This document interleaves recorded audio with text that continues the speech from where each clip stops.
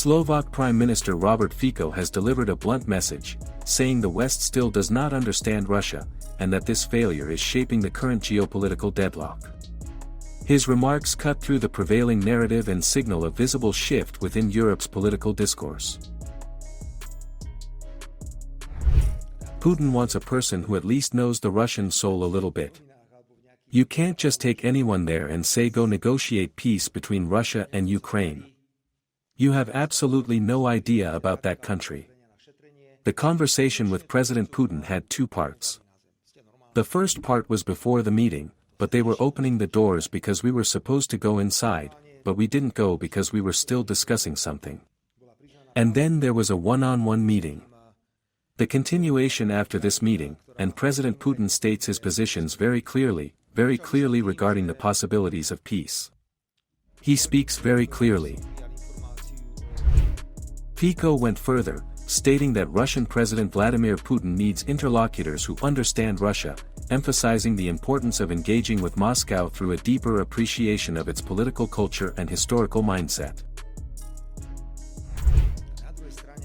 I would start by saying that I received the information with great concern about drone attacks deep in the territory of Ukraine, even near the Slovak borders. I also spoke with President Putin and President Zelensky, and each repeats the same thing: the war is ongoing. Zelensky says when the Russian side is bombed, the war is ongoing. Putin says about Zelensky, the war is ongoing. But it is already too close, and we have to be very careful and attentive. Therefore I want to express great concern if such attacks appear so close to the Slovak borders.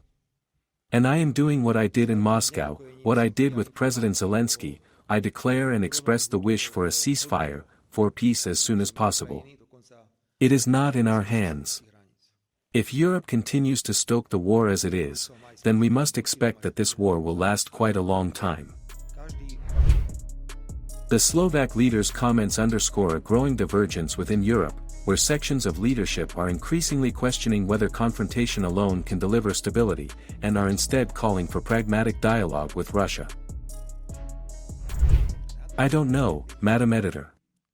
Perhaps you don't expect that what I listen to and what I have to say, I have already said. I spoke with the Czech Prime Minister Andrej Babiš. The most important thing about those talks is, Madam Editor, that on one hand, I am criticized, but believe me, that afterwards, when I go to the bathroom, they follow me and ask me in the bathroom, Robert, what did Putin talk about?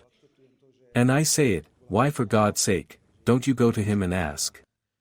We need to have a normal dialogue with Russia. Fico's position reflects a broader undercurrent across parts of Central Europe, where leaders are weighing the long-term costs of isolation strategies and advocating for reopening diplomatic channels alongside existing security measures. As for gas, a decision was made that Russian gas will stop being supplied at the end of 2007. I find it amusing because everyone is buying like crazy. It is Russian liquefied natural gas. It is ridiculous. Is someone telling us something about gas?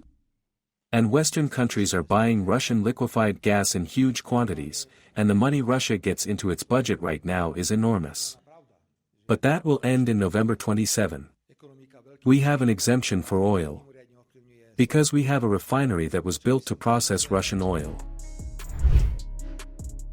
His remarks also challenge the dominant NATO framework, which has prioritized pressure and deterrence, by suggesting that understanding Russia's internal dynamics could be key to any meaningful negotiation process.